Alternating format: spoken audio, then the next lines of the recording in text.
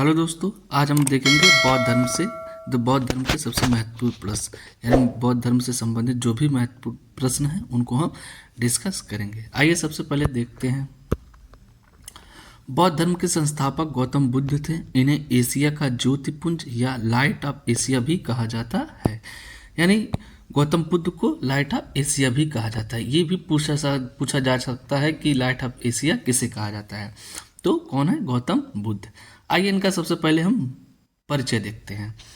गौतम बुद्ध का जन्म 563 ईसा पूर्व लुम्बिनी या नेपाल में हुआ था। यानी नेपाल के लुम्बिनी नामक स्थान पर गौतम बुद्ध का जन्म 563 ईसा पूर्व में हुआ था। इनकी मृत्यु 583 ईसा पूर्व कुशीनारा में हुई थी। कहाँ? कुशीनारा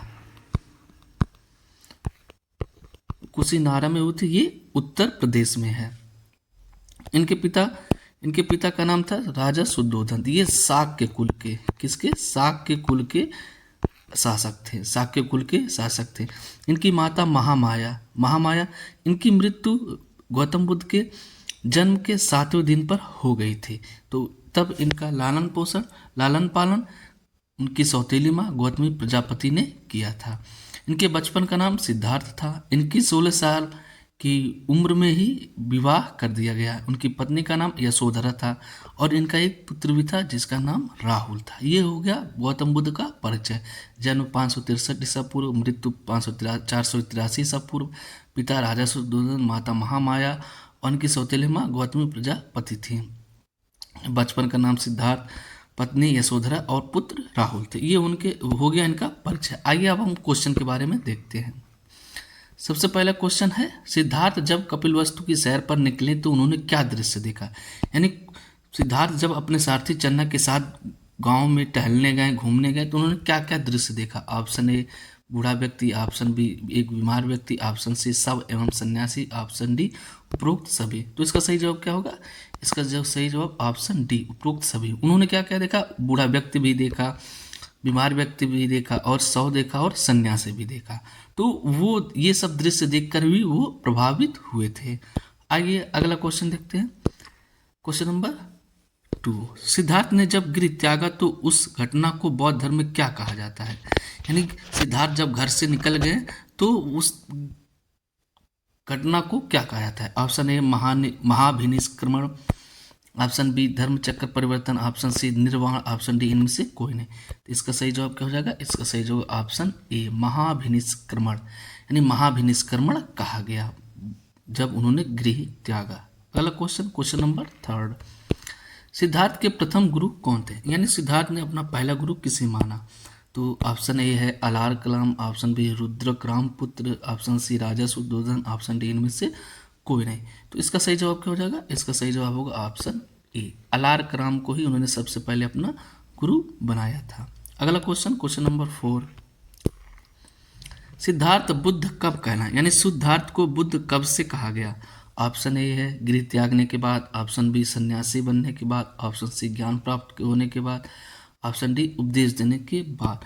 तो इसका सही जवाब क्या होगा? इसका सही जवाब होगा ऑप्शन सी, ज्ञान प्राप्त होने के बाद। ज्ञान प्राप्त होने के बाद गौतम सिद्धार्थ को बुद्ध कहा गया। तो इसका सही जवाब ऑप्शन सी हो गया। अगला क्वेश्चन नंबर 5, गौतम बुद्ध को किस नदी के किनारे ज्ञान प्राप्त हुआ था? ऑप्शन ए निरंजना नदी, ऑप्शन बी गंगा नदी, option C Jamuna, option D Saraswati. तो इसका सही जवाब क्या हो जाएगा? और इसका सही जवाब होगा ऑप्शन ए निरंजना नदी।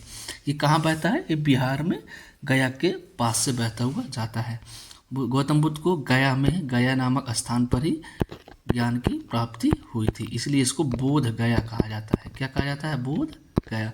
ये भी पूछा जा सकता है कि गौतम बुद्ध को किस स्थान पर ज्ञान प्राप्त हुआ? तो उस कौन सा जगह हो गया? बोध गया में ही गौतम बुद्ध को ज्ञान प्राप्त हुआ। अगला क्वेश्चन नंबर 6, बुद्ध ने अपना सर्वप्रथम उपदेश कहाँ दिया था?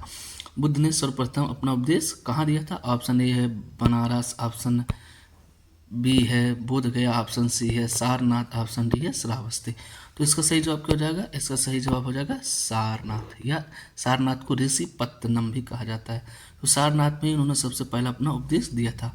उन्होंने सबसे पहला उपदेश अपने पांच शिष्यों के दिया। कितने के? 5 शिष्यों को। यही 5 शिष्य अलग अलग दिशाओं में जाकर बौद्ध धर्म के प्रचार प्रसार करने लगे। तो ये भी पूछा जा सकता है कि उन्होंने सर्वप्रथम कितने शिष्यों को उपदेश दिया? तो 5 शिष्यों को।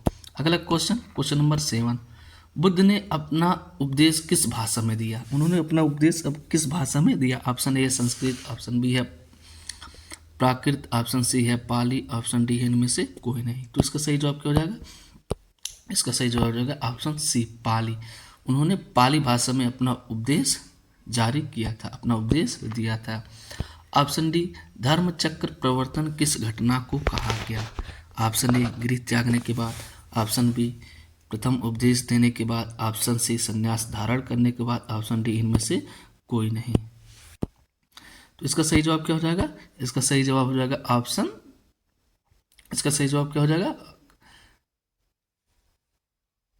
ऑप्शन बी प्रथम उपदेश देने के बाद। उन्होंने जब अपना पहला उपदेश दिया तो इसको बौद्ध धर्म में धर्म चक्र प्रवर्तन कहा गया। अगला क्वेश्चन नंबर 9, बुद्ध ने सर्वाधिक उपदेश कहाँ दिया था? यानी बुद्ध ने सर्वाधिक उपदेश किस स्थान पर दिया था?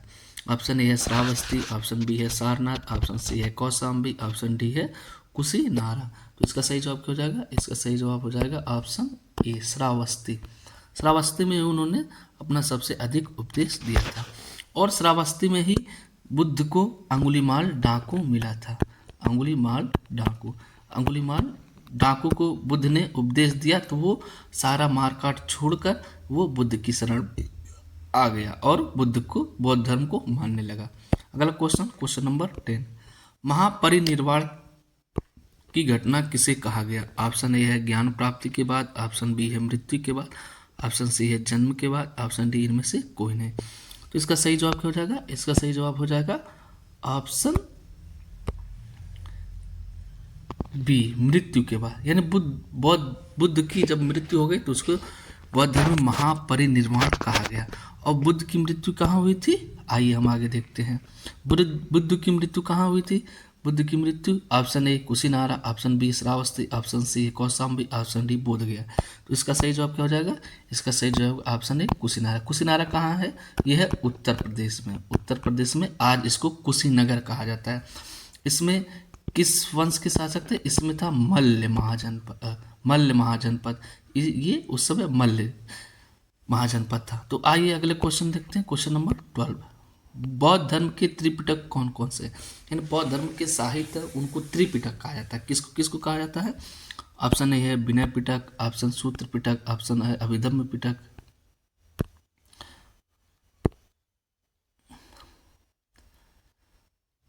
अगला क्वेश्चन नंबर 12, बौद्ध धर्म के त्रिपिटक कौन कौन से हैं? ऑप्शन ए है विनय पिटक, ऑप्शन बी है सूत्र पिटक, ऑप्शन सी है अभिधम्म पिटक, ऑप्शन डी है उपरोक्त सभी। तो इसका सही जवाब क्या हो जाएगा? इसका सही जवाब हो जाएगा उपरोक्त सभी। यानी तीनों को मिलाकर ही त्रिपिटक कहा जाता है। त्रिपिटक बने हैं, तीनों मिलकर ही त्रिपिटक बने हैं। अभिनय पिटक, सूत्र पिटक, अभिधम्म पिटक, तीनों को मिलाकर त्रिपिटक बने हैं। तो अगला क्वेश्चन नंबर 13, त्रिपिटक की भाषा क्या थी? यानी जो त्रिपिटक अभी हमने ऊपर देखा उनकी भाषा क्या थी? ऑप्शन ए है पाली, ऑप्शन बी है प्राकृत, ऑप्शन सी है संस्कृत, ऑप्शन डी है हिंदी। तो इसका सही जवाब क्या हो जाएगा? उसका सही जवाब ऑप्शन ए पाली। पाली भाषा में त्रिपिटक की रचना की गई थी। अगला क्वेश्चन नंबर 14, सूत्र पिटक में क्या उल्लिखित है? यानी सूत्र पिटक में क्या क्या लिखा गया है? ऑप्शन बुद्ध की धार्मिक सिद्धांतों का संवाद के रूप में, ऑप्शन बी बौद्ध धर्म के नियम, ऑप्शन सी बौद्ध धर्म के सिद्धांत, ऑप्शन डी इनमें से कोई नहीं। तो इसका सही जवाब क्या हो जाएगा? इसका सही जवाब हो जाएगा ऑप्शन ए। सूत्र पिटक में बुद्ध की धार्मिक सिद्धांतों का संवाद के रूप में वर्णन किया गया है। अगला क्वेश्चन नंबर 15, संघ के भिक्षु एवं भिक्षुणी के लिए बनाए गए नियमों का संग्रह किस साहित्य में किया गया है? ऑप्शन ए है विनय पिटक, ऑप्शन बी है सूत्र पिटक, ऑप्शन सी है अभिधम्म पिटक, ऑप्शन डी है खुद्दक निकाय। तो इसका सही जवाब क्या हो जाएगा? इसका सही जवाब होगा विनय पिटक। विनय पिटक में ही भिक्षु एवं भिक्षुणियों के लिए बनाए गए नियमों का संग्रह किया गया है। भिक्षु एवं भिक्षुणी क्या होते हैं? बौद्ध धर्म में जो साधु होते हैं, यानी जो बौद्ध धर्म को मानते हैं, उनको भिक्षु कहा जाता है, और जो महिला साधु होती हैं उन्हें भिक्षुण कहा जाता है। अगला क्वेश्चन, क्वेश्चन नंबर 16। सूत्र पिटक, ये सॉरी है पिटक होना चाहिए। तो सूत्र पिटक के कौन कौन से भाग हैं, यानी सूत्र पिटक के कितने भाग हैं? ऑप्शन ए है दीर्घ मध्यम, ऑप्शन बी है संयुक्त अंगुत्तर, ऑप्शन सी है खुद्दक, ऑप्शन डी उपरोक्त सभी। तो इसका सही जवाब क्या हो जाएगा? उसका सही जवाब होगा उपरोक्त सभी। यानी सूत्र पिटक के 5 भाग हैं। कितने भाग? 5 भाग हैं। और 5 भाग कौन कौन से हैं? दीर्घ मध्यम संयुक्त अंगुत्तर खुद्दक। इन सभी को निकाय कहा जाता है। क्या कहा जाता है? निकाय। तो ये हो जाएगा दीर्घ निकाय, मध्यम निकाय, संयुक्त निकाय, अंगुत्तर निकाय, खुद्दक निकाय, ये इसको निकाय कहा जाता है। अगला क्वेश्चन, क्वेश्चन नंबर 17। बुद्ध के पूर्व जन्म से जुड़ी जातक कथाएं किस में उल्लिखित है, यानी किस साहित्य में, किस किताब में बुद्ध के पूर्व जन्म से जुड़ी कथाएं लिखी गई हैं? ऑप्शन ए है विनय पिटक, ऑप्शन बी है सूत्र पिटक, ऑप्शन सी है अभिधम्म पिटक, ऑप्शन डी है खुद्दक निकाय। तो इसका सही जवाब क्या हो जाएगा? इसका सही जवाब हो जाएगा खुद्दक निकाय, ऑप्शन डी। ऑप्शन डी खुद्दक निकाय में बुद्ध के पूर्व जन्म की कथाएं उल्लिखित हैं। अगला क्वेश्चन, क्वेश्चन नंबर 18। बौद्ध धर्म की मान्यता किस में है? ईश्वर में, पुनर्जन्म में, आत्मा में, इनमें से कोई नहीं। बुद्ध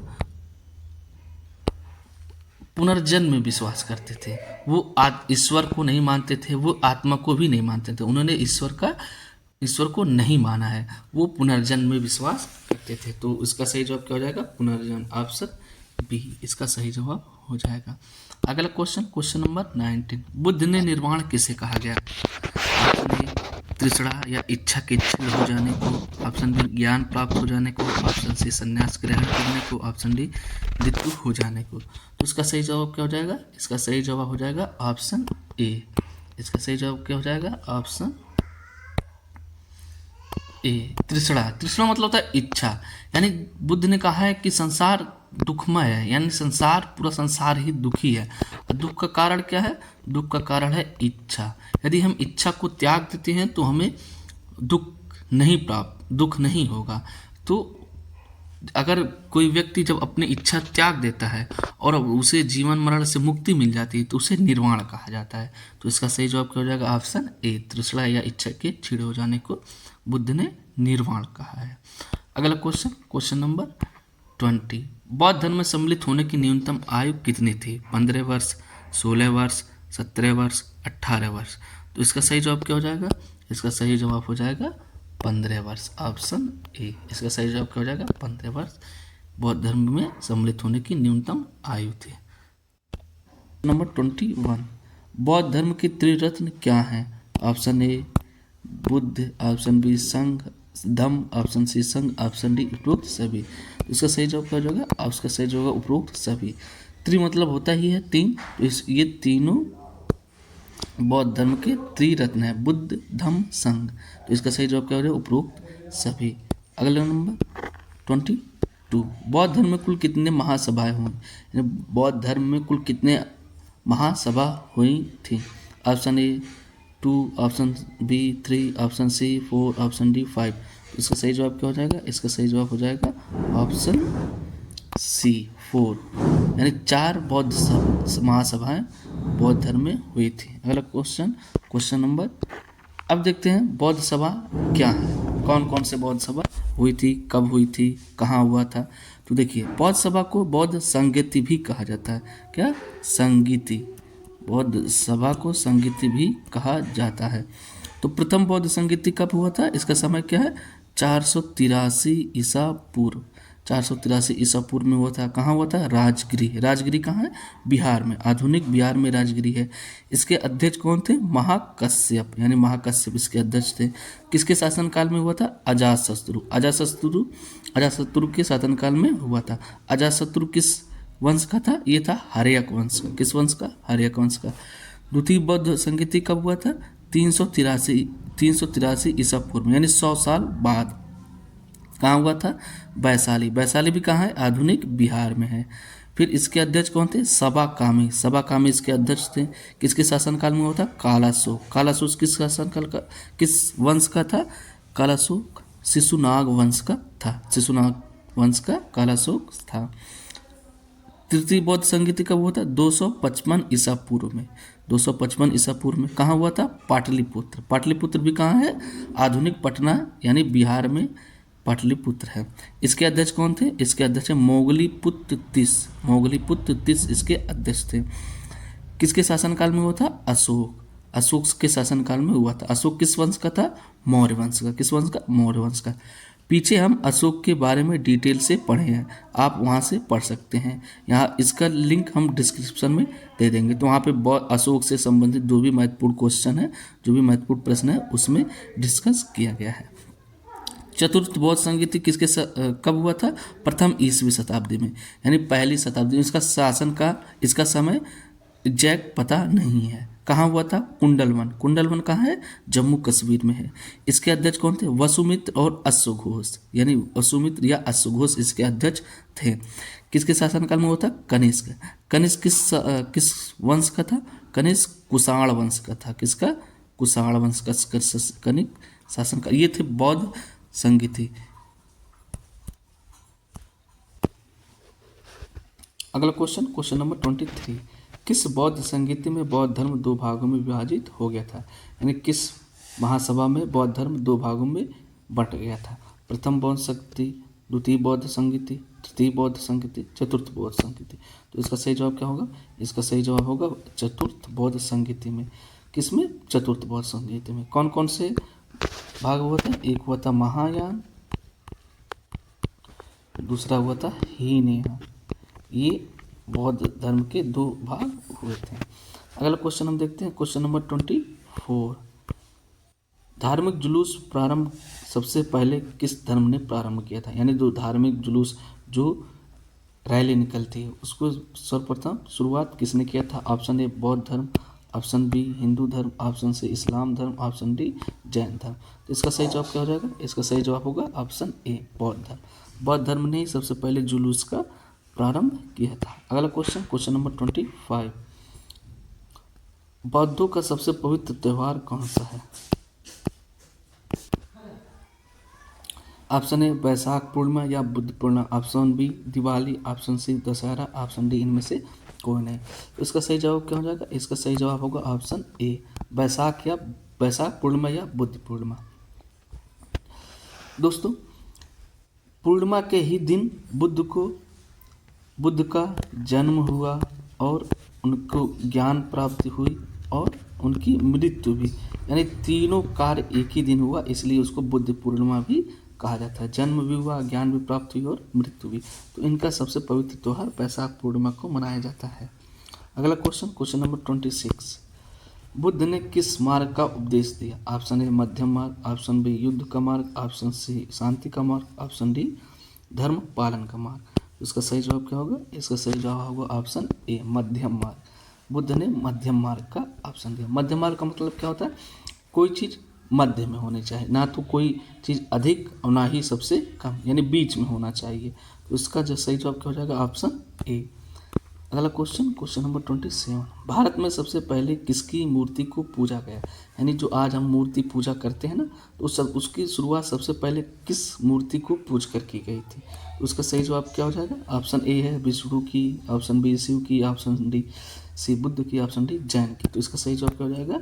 इसका सही जवाब हो जाएगा बुद्ध की, यानी सबसे पहले बुद्ध की प्रतिमा को, बुद्ध की मूर्ति को ही पूजा गया था।